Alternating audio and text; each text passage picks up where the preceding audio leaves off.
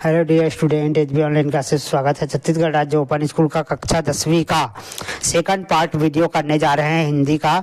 2024 में जो मार्च अप्रैल में परीक्षा होने वाला है उसका सेकंड पार्ट हिंदी विषय कक्षा 10वीं। हम जो है प्रश्न 18वां में आए थे। ये हिंदी विषय है दोस्तों, कंफ्यूज नहीं होना है, कक्षा 10वीं का। छाव नृत्य, इसके पहले जो मैंने फर्स्ट पार्ट जो है जारी किया है वीडियो, उसको जरूर देखना है और पूरे वीडियो को ध्यान से सुनना है, क्योंकि पूरा वीडियो देखेंगे तो आपको क्वेश्चन आंसर समझ में आएंगे। और जैसे मैं हर वीडियो में बताता हूं कि 40 से 50 नंबर तक के क्वेश्चन ही इसमें फंसते हैं दोस्तों। ठीक है, यदि आप PDF प्राप्त करना चाहते हैं तो व्हाट्सएप ग्रुप में ज्वाइन करेंगे। इसका कुछ शुल्क लगता है।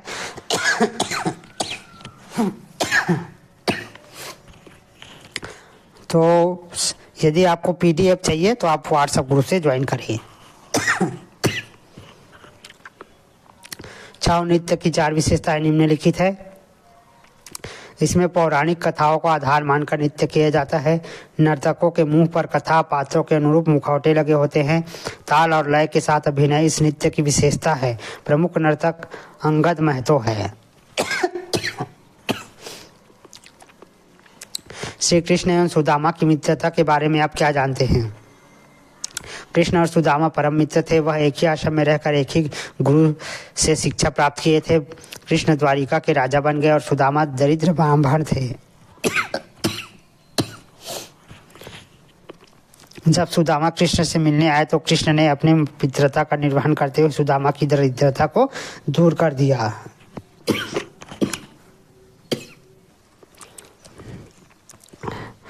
गंदे पानी और दूषित भोजन सेवन करने से क्या होता है? तो गंदे पानी या दूषित भोजन के सेवन से विभिन्न प्रकार की बीमारियां उत्पन्न होती हैं। इनके सेवन से दूषित पानी और भोजन के बैक्टीरिया हमारी आंखों में जाकर रक्त में पहुंच जाते हैं और टाइफाइड हो जाता है। मक्खी और मच्छरों द्वारा दूषित किए गए भोजन या पानी के सेवन में कई अन्य बीमारियां भी फैलती है, जैसे हैजा, पीलिया और डायरिया। बहुत दिनों तक गाँव से दूर रहने के बाद गाँव लौटने पर कभी क्या अनुभव किया? तो बहुत दिनों के बाद गांव लौटने पर सुनहरी फसल देख धान कूटती किशोरियों की कोकिल कंठी तान उनके कान में रस घोल रही थी। पगडंडी की चंदन मणि धूल का स्पर्श एवं मोड़ी श्री के फूल की खुशबू उनका मन आनंदित कर रहा था। प्रश्न 20।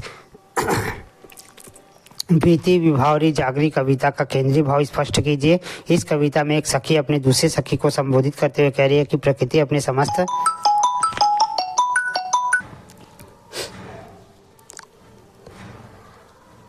इस कविता में एक सखी अपने दूसरे सखी को संबोधित करते हुए कह रही है कि प्रकृति अपने सौंदर्य और संगीत के साथ समा गई है। तुम ही क्यों अपने सौंदर्य और माधुर्य को लेकर सो रही हो? कविता में प्राकृतिक चित्रण के माध्यम से राष्ट्रीय जागरण के लिए उद्बोधन किया गया है। परियोजना की कोई 4 विशेषताएं लिखिए। परियोजना शैक्षणिक परियोजना में खेल खेल में ही बहुत कुछ सिखाए जाते हैं। परियोजना मुख्य तथ्यों पर आधारित होती है। परियोजना में अपनी भावना व्यक्त करने का अवसर प्राप्त होता है। परियोजना तैयार करने के विषय के लिए चयन की पूरी स्वतंत्रता होती है। अपने पिताजी को परीक्षा की तैयारी के विषय में एक पत्र लिखिए। तो आदरणीय पिताजी चरण स्पर्श पत्र तो बहुत सरल होता है, आप लोग अपने से बढ़िया से याद कर लेना।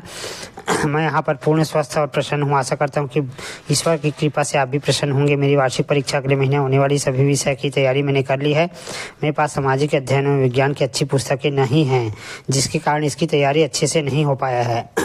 इस कारण मुझे परीक्षा की तैयारी करने में कठिनाई का अनुभव हो रहा है। वैसे मैं अपनी पढ़ाई से पूर्णतः संतुष्ट हूँ और इस बार भी प्रथम श्रेणी से उत्तीर्ण होऊंगा।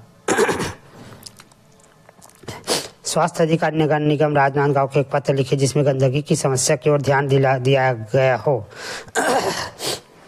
तो यहाँ पर 22 बी निहारिका रायपुर 16 फरवरी 2024 प्रति स्वास्थ्य अधिकारी नगर निगम रायपुर छत्तीसगढ़। सविनय निवेदन है कि निहारिका नगर में सफाई की व्यवस्था न होने के कारण मच्छर और मक्खियों का प्रकोप बढ़ गया है। इससे अनेक रोग होने की संभावना है। अतः आपसे सविनय निवेदन है कि आप कॉलोनी की नालियों की सफाई एवं कूड़े के ढेरों में DDT या अन्य कीटनाशक दवाइयों का छिड़काव कराएं, जिससे मक्खी और मच्छर समाप्त हो सके व चारों ओर स्वच्छता हो। इसके बाद आपको भवदी अनीता सोनी इधर ले लेना है। एक लेटर और है। छत्तीसगढ़ राज्य ओपन स्कूल के सचिव को अपनी अंक सूची की त्रुटि सुधार होती है, एक आवेदन पत्र लिखिए। जो इम्पोर्टेंट था मैंने इसमें दे दिया है। सचिव छत्तीसगढ़ राज्य ओपन स्कूल में अंक सूची त्रुटि निवेदन है कि मेरे कक्षा 10वीं की अनुसूची में भूलवश मेरे पिताश्री का नाम श्री रमेश शर्मा से मुकेश शर्मा हो गया है। मैंने यह परीक्षा साल 2022 में दी थी। मुझे अंक सूची में त्रुटि है, उसे सुधार कर नया अंक सूची भेजने की कृपा करें। इसके लिए निर्धारित शुल्क 200 बैंक ड्राफ्ट चालान नंबर आपके नाम से भेजा हूँ। मुझसे संबंधित जानकारी आपको नाम लिख देना है, पिता का नाम, परीक्षा का नाम, परीक्षा केंद्र इत्यादि ऐसे लिख देना है। निम्नलिखित गद्यांश का सप्रसंग व्याख्या कीजिए। सूरज डूबने लगा और धीरे धीरे ग्लेशियरों में पिघलकर केसर बहने लगी। बर्फ कमल के लाल फूलों में बदलने लगी। घाटियां गहरी पीली हो गई। तो प्रस्तुत पद्यांश हमारी पाठ्य पुस्तक ठेले पर हिमालय नामक पाठ से लिया गया है। इसके लेखक धर्मवीर भारती है। प्रसंग ग्लेशियरों में सौंदर्य के बीच सूर्यास्त का चित्रण किया गया है। व्याख्या, लेखक कहते हैं सूर्य के समय ग्लेशियर पर पड़ने वाली सूरज की लाल रोशनी ऐसी प्रतीत हो रही जैसे केसर पिघल कर फैल गई हो।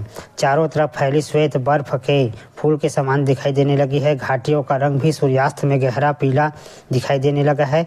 धीरे धीरे चारों ओर अंधेरा होने लगा है। अंधेरे की कालीमा ने सौंदर्य को ढक लिया है। लेखक और उनके मित्र सभी चुपचाप बैठे हैं।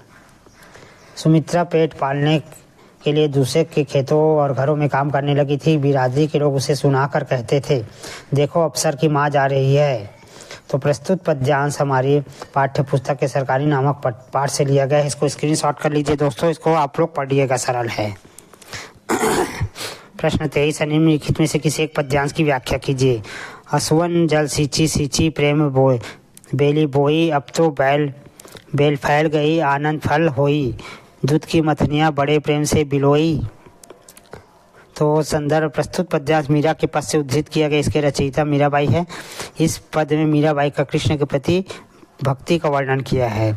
मीराबाई कहती कि श्री कृष्ण की प्रेम रूपी बेल को मैंने अपने हृदय में आरोपित कर लिया है तथा आंसुओं को सींच कर उसे अंकुरित किया है। कृष्ण प्रेम की वह लता फैल गई है, अब उसे आनंद रूपी फल लगने लगे हैं।